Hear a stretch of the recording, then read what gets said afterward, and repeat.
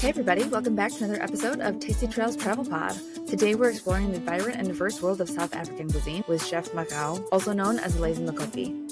Mogau is a chef, cookbook author, and advocate for preserving traditional South African flavors while making them accessible to home cooks everywhere. In this episode, we talk about the deep-rooted food traditions of South Africa, the importance of heritage cooking, and how food connects communities. From pap and chakalaka to the cultural significance of braai, Mogau shares her passion for keeping these dishes alive while embracing modern influences. Whether you've tried South African food before or you're just discovering it, this conversation will leave you inspired and probably craving a plate of something delicious. So, let's go. Hey Mogau, welcome to the podcast. Thank you. Thank you so much for having me. Can you tell everybody a little bit about who you are, what you do, and where you're from? So my name is Mogau Seshoene, and I founded a platform called the Lazy Makoti. I'm a trained chef. I'm also a cookbook author, and I cook a little on TV, and I write for magazines here in South Africa. That is so cool. Where does your love of food and cooking come from? So I grew up with a mom that really loves cooking. I think all my aunts, basically everybody in my family cooks. So I grew up around food and people that love hosting and that are always cooking. But funny enough, I didn't think to turn it into a career. When the time came, I went to varsity and I studied finance and I worked as an auditor for a while. And I guess that's kind of where the big pivot happened. I realized that I was much happier every time I was cooking. So I decided to quit and go to culinary school. And yeah, I've been cooking since. Oh, that's so amazing. Let's start with an overview of South African food in general. How would you describe the South African kitchen for people who aren't familiar with it? Sure, describing the South African kitchen is very challenging because there's so many different cultures in South Africa. So it's kind of hard to sum it up in one word. It's a mixture of a lot of things, but some of our favorite things that we eat a lot is definitely top of the list is meat. If you come to South Africa, the one thing you're going to have all the time is meat. One of our favorite things to do is to braai, which is grilling on the hot coals. We do that a lot, maybe weekly, maybe daily. So we eat a lot of meat. Another thing we eat a lot of is maize, which is corn. We take the kernels and we cook them, and it's a thing called samp. So we would eat that how you would like a rice. So with like a gravy or a stew or a curry, or we grind that up very finely to make like a flour, and then we make that into like a porridge that you can have for breakfast, or we make that into like a slightly stiffer version that we'd have with like a stew or meat or veggies. Other staple is sorghum. We have a lot of that. It's actually indigenous to South Africa. So we ferment it and we make a porridge with that, and you can have it with basically anything. Oh, wow, that's really interesting. And the corn is when you mash it up, is that like similar to a polenta kind of, or not really? Very much similar to a polenta, except that ours is white and not, Okay. yeah, and not that yellow, that pretty yellow. It's white, but yeah, exactly like polenta. Oh, wow, I had no idea. That's really interesting. And you were talking about the different influences. So what influences are you getting? Obviously the indigenous ones, I think Dutch, I assume, and then the surrounding countries as well, or? So obviously, first and foremost is the African, because we are in Africa. So a lot of the indigenous plants, we have quite a large variety of, I guess it's kind of like spinach, kind of like kale, but they're like maybe 50,000 different varieties that we have. We have that a lot. And then obviously a lot of Dutch influence. You know, we were colonized by kind of like the Dutch, and then some English, and then lots of Indian influence as well, lots of Malay and some of the Asian cultures. So a bit of everything, honestly. I mean, if you think about where South Africa is on the map, it was a stopover for like trade and people going to the east. So this would be like the water break place that they stopped at. So all of those influences you can find here. Oh, wow. I mean, I guess that makes total sense, but I just to think about how it influences the day-to-day culture and just kind of overall is also really interesting. So then you're seeing like curries and things like that, or how does it find its way into the cuisine? Yeah, definitely. I think one of the biggest influences would be in the food. We have South Africa has the largest Indian population outside of India. So you can imagine that that would have a big influence on how we cook. Curry is very big in South Africa. I mean, more so in other parts than others, but it is a big part of how we cook. The Dutch also brought with them sausages. Boerewors is one of our country staples, I'll say. So yeah, lots of different influences from everywhere. We also have like obviously large populations of other Africans in South Africa, like Nigerians and stuff. So that also influences the way we eat. And as far as I know there's multiple bordering countries and stuff, are you getting kind of depending on where you are in the country, kind of those influences as well? Definitely. So, if you think about the colonial borders and how they happened, the indigenous people were not consulted. So, kind of where the lines were drawn is weird because in South Africa, there are Botswanas in South Africa, and then in Botswana, the same people exist there. However, we are different countries. So we all still eat the same, we speak the exact same language, we dress the same, our cultures are exactly the same, except somebody else drew that line and said you're in the one country and you're in the other.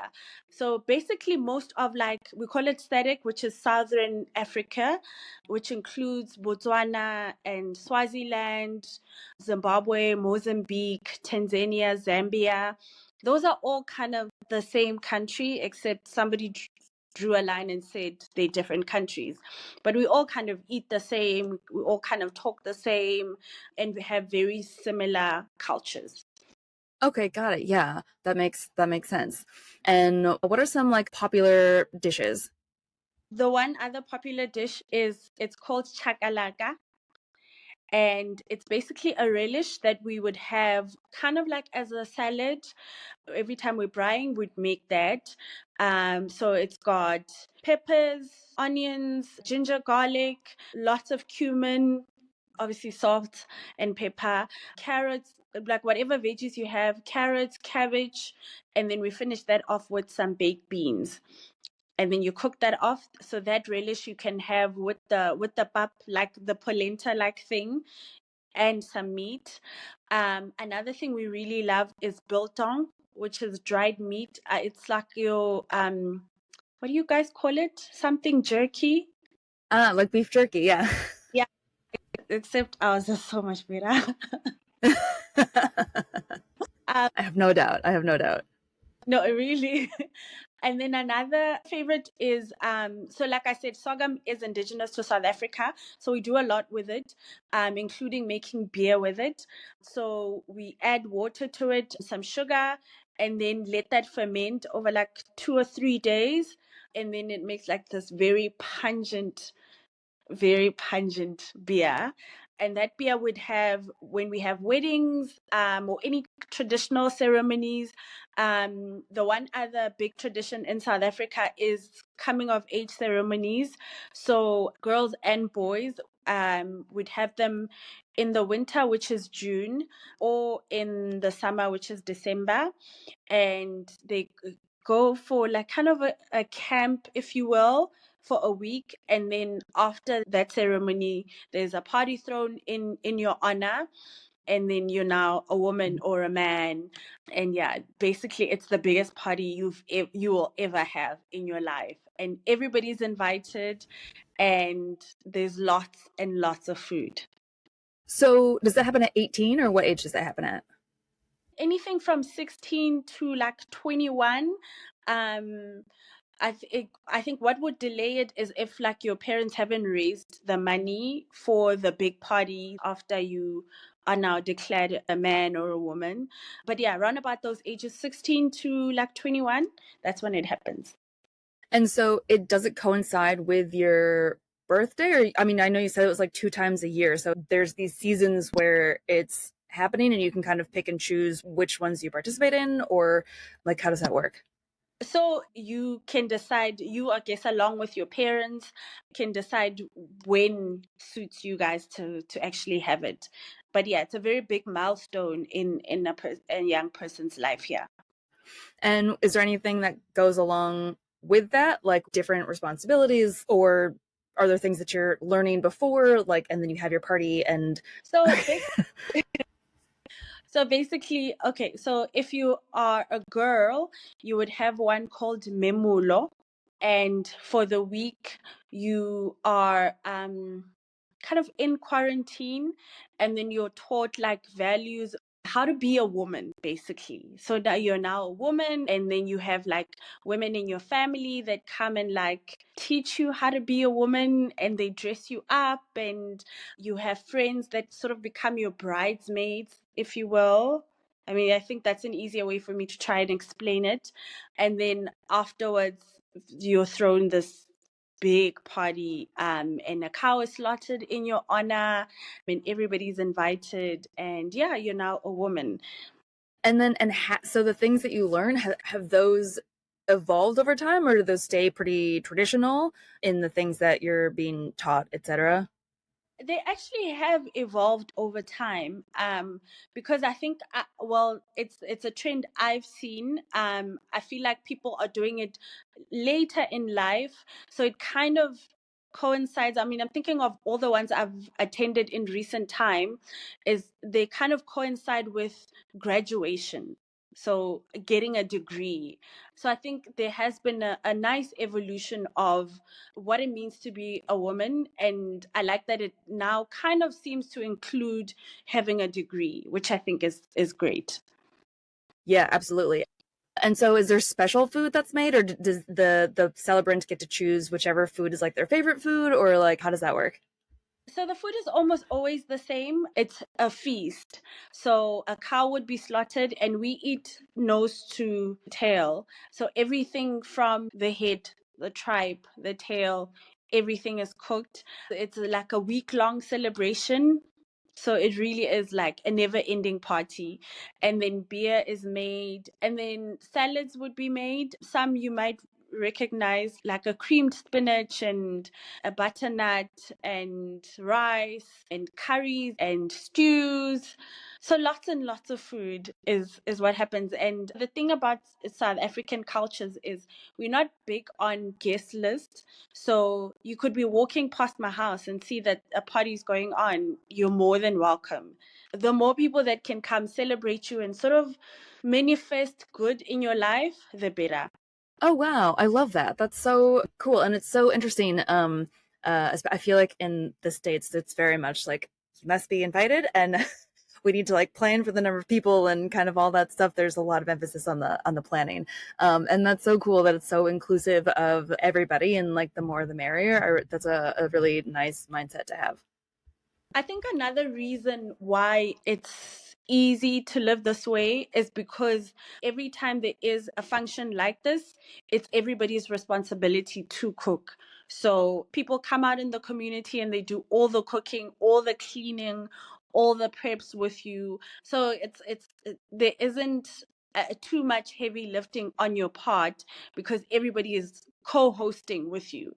Everybody comes together and does everything with you, because the idea is you should also, and I'm saying this as, say, the mother of the celebrant, you should also get a chance to enjoy the party. So everybody does kind of the heavy lifting with you. I love that, and I think that's also a really great point that you make, because I feel like the hosts and hostesses are usually the ones that are kind of the most stressed out, even though it's usually like for them and they can't quite enjoy it. And so I really love that. And would you say that kind of the it takes a village mindset is prevalent in South African culture, just in always, where it's really community oriented and community based? So I can't really speak for other cultures, but definitely the African cultures, we still do live like that. If someone is having a funeral, a celebration, anything, the thinking is that it's all our responsibility to pitch in. So definitely still. Yeah, I love that. And as far as like holidays throughout the year, are there some super special, specifically South African holidays and festivals and stuff? So we do all the sort of Western ones like Easter and Christmas, and then like the little ones in between, like Valentine's Day. But December is basically a holiday in South Africa. December, if you ever want to come to South Africa, come in December. Every single day is a party. A lot of the coming of age parties will happen then because everybody will be home and everybody will be able to attend. But in September, we actually recognize the African New Year, which is on the 23rd of September. So we call it Heritage Day. And on the 23rd, we all wear like our African regalia to celebrate our cultures, and it's actually in line with the spring equinox. So that's when our spring actually starts, so new life coming into being. So that's actually our new year, except that we obviously use the world calendar, and January is like recognized as new year, but African New Year is actually on the 23rd of September. Oh, okay. That sounds similar to Nowruz, like the Persian New Year. That's super cool. And then are there specific foods and traditions that kind of go with that you eat specially? Mhm. So kettle is very near and dear to us as Africans. So during most ceremonies, we'll slaughter a cow, and there are specific people that are allowed to do it. It's men, and then they do a ceremony when they're slaughtering it. Unfortunately, I can't say what it is that they do because women aren't present when they do the slaughtering.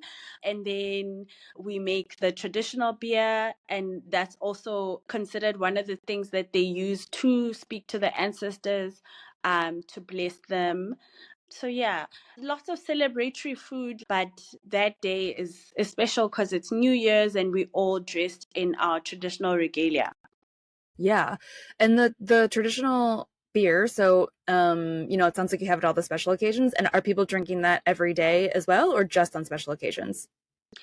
We mostly make it just on special occasions. So when we make it, there's a reason. There's a celebration, or another big thing that we do is tombstone unveilings. So after the funeral, we don't immediately erect like a tombstone. Maybe a year later, we'll do that. And then there's a special celebration of the life of that person a year later. Oh, wow. I love that. What a great idea to like remember the person, but also have it be a happy event instead of this sad anniversary of the death or whatever. Oh, I love that so much. That's It's a great. very It's a very happy event. We're actually having my grandfather's one this August, and we're all getting like matching clothes done. All of his children and grandkids and great grandkids, we're all getting like a fabric, and then each person will make whatever they want to make out of that fabric. It's gonna be like one hell of a celebration, and we're inviting all of his friends, people that worked with him, people that went to church with him, everybody that knew him will get to speak about him and like just remember him on that day. That is really, really cool. I love that a lot. That is such a great idea and just a great way to honor people is to celebrate it instead of I feel like everyone's like, oh, it's a celebration of life, but it's hard. But then like a year later where people have had time to sit with it Grieve. and process this and grieve and everything to be able to really celebrate in that way is really cool. I love that. And so I know also it's a big wine producing country as well. Is wine something that you also incorporate into celebrations and or everyday life as well? Of course, of course. South Africa makes some of the best wines in the world. So we are great wine drinkers. Wine here is relatively cheap. It's actually really cheap. You could get some really amazing wines for very affordable because we make such great wine. So yeah, definitely. Our wine farms are really iconic. Some really incredible restaurants you can find in the wine farms. So if you make it to South Africa, definitely visit a couple of wine farms. There's some really great restaurants there and really amazing chefs that make very amazing food. Oh, yeah, I know. South Africa has always been really high on my list, and now you're making me want to go even more. You should come. and And so I know you've written a few books now, but your latest one has to do with hosting. Did you take some of that from the coming of age stuff, or tell us about your both books? Do you have two or more? So I have two, and then I did a third book for a brand. It's an alcoholic brand called Amarula. So in South Africa, we have a fruit called marula, and we use that to make like traditional beer as well. And so somebody made it into like a liqueur that is the best in the world. I actually think it retails everywhere. You should be able to get it everywhere. So I did a book for them with their product. But yeah, hosting with the Lazy Makoti is my second book. And I guess inspiration for that was hosting one person to hosting 100 people, helping make it super easy to make something delicious that's not too fussy, but is still beautiful and doesn't compromise on taste.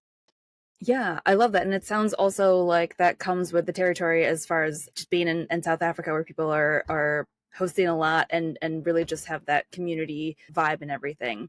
And so, yeah, can you tell us the origin story? Like, how did you get started with the brand? Because I think that's a really interesting story. So, like I said, I was an auditor, and a friend of mine asked that I teach her how to cook. I mean, cooking is everything in South Africa. And she was about to get married and she wanted to impress her new family and cook for them. And then she went looking for like a cooking school or a book that could help her to make specifically traditional South African food. And she couldn't find it. And so she asked me to give her these cooking lessons, and I did. And then it became what I did on weekends. I'm teaching people how to make pap and how to make chakalaka and all of these things. And I decided maybe there's something here. And that's when I left corporate and I went to culinary school. And then I would give these cooking classes, and people would ask all the time, why can't you put this in a book? And then I had a Facebook page with like lots of followers. So I decided maybe I should compile a book. So I put together a manuscript and I try to shop it around. And unfortunately, I get a bunch of no's because of, how South Africa is and the powers that be. It wasn't believed that a book about black food would sell in a country that's 80% black. Imagine that. Um, and so, yeah, that was a crazy time. But the day I decided I'm going to self publish, so I go to see one of our biggest booksellers in South Africa. And the day I'm pitching the book, I happened to meet someone from Pan Macmillan, and they were in the country for some or other reason. So they sat in on the pitch, and they have a subsidiary publisher in South Africa. So that's how I got signed to a publisher. And then the book happened. And then, funny enough, it became bestseller first week. And yeah, it's still incredible that that book remains in the top 10 best-selling cookbooks. And that was 2018, and to this day, yeah. But yeah. Wow, that's incredible. And but also like also not surprising because exactly like you said, when there's like 80%, it's 80% Black people, and it's wild that it took so long to have something like that available to people. So, what was the dish that your friend cooked, and how did it go? Did she impress her in-laws? She did. So I taught her how to make a bunch of things. Like I told you, pap is very big in South Africa, which is like the polenta. And we make it in a variety of different ways. You can make it like a breakfast porridge with like sugar and milk. So that's slightly runnier. It kind of resembles an oat, if you will, like an oatmeal. Or you can make it stiffer, and then you eat it like, I don't know if you know Nigerian fufu. So you eat it like that, Yes, I'm familiar. yeah, with like gravy, and you use it to like scoop the gravy and the meat. And then we also make fermented milk, which we call inkomazi, and then you can have that also with the pap. So that's one of the dishes that I taught her how to make, and probably a chakalaka, I think. But yes, she is still happily married, cooking for her. That's great. Oh, that's awesome. Do you guys usually eat like yeah, you're talking about the porridge and how there could be like the sugar and milk. Do you do sweet or salty breakfast or a mix of both? A mix of both. A firm favorite is that porridge. Another thing we love is also a porridge with sorghum. So we grind it really fine like a flour and then add some water and ferment that for like 2 or 3 days. So it's like very tart, and then we cook that and add some sugar. Some people add milk to it as well, but it's very tart. It tastes like you added vinegar to it, but like people like that taste. Oh, that's interesting. And is there a lot of spice in the food or not too much? I guess you said there's a ton of Indian influence. Yeah.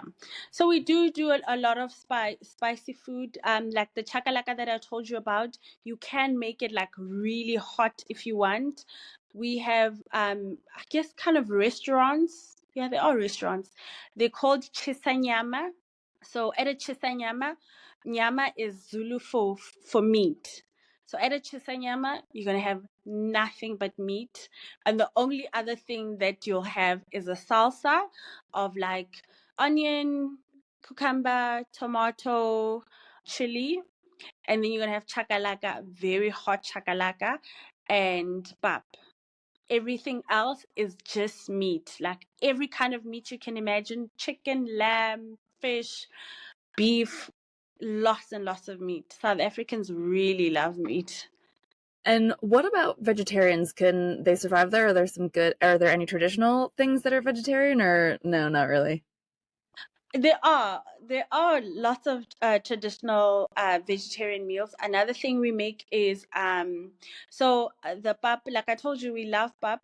So you can add some spinach to the pap and cook it that way. Or sometimes we add butternut and it becomes like this yellow pap. We also cook a lot with peanut. So we'll add peanut to like a stew, to like your kale. What else is vegetarian?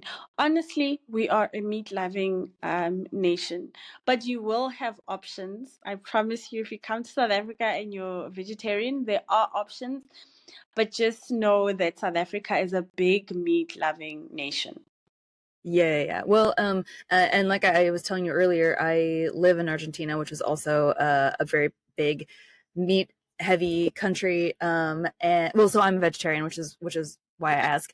But it's still so fun for me to be around it. Like it sounds like the braais there are maybe similar to an asado here, the big cookouts where it's just meat all the time everywhere. And for me, it's so fun. Like I mean, I'll eat some of the sides if they have it, but if not, like it's a really fun vibe, and I'll just like drink wine and like watch people eat meat. That's fine. How do you survive? But yeah, I mean, there's like empanadas and other things that don't have meat in it, like traditional food. And then in Buenos Aires, at least, there's a ton of other things that aren't necessarily like traditional food that's easy to have. But I'm also fine. Just eating, yeah. So like the empanadas, they'll stuff with cheese and onion or like spinach, or they've got corn and stuff as well. So yeah, for me, I'm not super picky on that stuff. But what I like to do when I can is find like substitutes, in the sense that like it'll be a traditional something, and instead of the meat they'll put um so yeah, like I don't know if there's versions, but instead of meat they'll put the same sauce or kind of thing, but instead of the meat chunks Oh, they'll put yeah. like mushrooms or I don't know. So like things like that I really enjoy, so it's kind of the closest I can get to the traditional thing without the actual meat. And so I found nowadays when I travel, there are a lot more substitutes, so you can still kind of get the traditional. I mean, obviously it's different when it's meat, but can still kind of get the essence of Yeah, it, which I like. yeah, you're still included, which is Yeah, nice. yeah, exactly. Exactly. Do you have any good travel tips for people going to South Africa? It can be food related or not, just things that, people wouldn't find when they do like a Google search. So something that's a little bit more local, that's like a cool experience or a cool, anything. So obviously, if you come to South Africa, we have amazing beaches. The wine farms is also obviously worth the trip. Our safaris are just epic. But if you do come to South Africa, please don't just go to Cape Town. Definitely make a stop by Joburg. Johannesburg has some really fantastic like hidden gems. I actually just did a story on one. It's called the Yeovil Dinner Club. So Yeovil is a part of Johannesburg that is inner city, and there's lots of different cultures living there now, lots of migrants. It's a place where like everybody, like when they first come to Joburg, they almost always go there. So lots of like Somali, Ethiopians, and Nigerians, and like other migrants. So you can imagine the food culture there is like influenced by very many things. So there's this guy that runs a restaurant called the Yeovil Dinner Club, and he hosts these dinners that are like long tables served like buffet style, and everybody gets to sample everything, and it's just incredible, an incredible mix of like cultures and like unexpected flavors, and definitely something you won't get anywhere else in the world. And anybody can go. You don't have Well, to be like a member or anything. you have to make a booking. But yeah, you can find him like online. It's called Yeovil Dinner Club. It's worth the trip. Okay, yeah, that's a really good one. Oh my gosh, yeah, that's so cool to see all the mix of everything. Yeah. And there is a question that I like to ask all of my guests that come on, and that would be, what would your last meal be? My last meal. That is a hard one. I mean, probably something that my mom makes. I think everybody thinks their mom makes the most epic food. My mom makes a really nice lemon cake, and she infuses it with it's what's called mpepo, which is like kind of a sage. So she burns it, and then that flavor sort of infuses in the cake. It's an oil cake with like lemon. So I think my final meal would be to have rooibos tea. Rooibos is a South African tea with my mom's cake just before I go. I love that. I didn't think you were gonna go sweet, and you did. I really like that. I also didn't know that rooibos tea is South African. Cool. That's a very good choice. And oh my gosh, that sounds really good. The infusion of the sage is a really smart idea. So, how can people find you, connect with you, get your book, learn all the things that you have to share? My book is actually also on Amazon, so you can get it, I think, most places if you have access to Amazon. But you can please follow me on Facebook, TikTok, Instagram, Twitter, X, I think it's called now, at the Lazy Makoti, everywhere. So the same handle. Okay, great. That makes it super easy, but I'll make sure to post everything in the description as well, so people can click on it easily, both for all of your socials and for your book links and everything. So, Mogau, thank you so much for coming on. This was really, really fun, and I really appreciate your time and everything. So thank you so much. No, thank you so much for having me, and all the best with everything. Thank you. Thank you. South African cuisine is full of history, warmth, and bold flavors, and Mogau's passion for sharing it is truly inspiring. If you enjoyed this episode, be sure to share it with a friend who loves food and culture as much as you do. And as always, we'd love to hear what you think. So feel free to reach out to connect on Instagram, leave comments on Spotify and Apple, along with your reviews and ratings. As always, thanks for listening, and I'll see you back here next week. Bye. If you enjoyed today's episode, don't forget to subscribe to the newsletter for exclusive travel tips, recipes, and insider info on all the destinations that we cover. Sign up using the link in the show notes or on the website to keep exploring the world together. See you next time. Bye.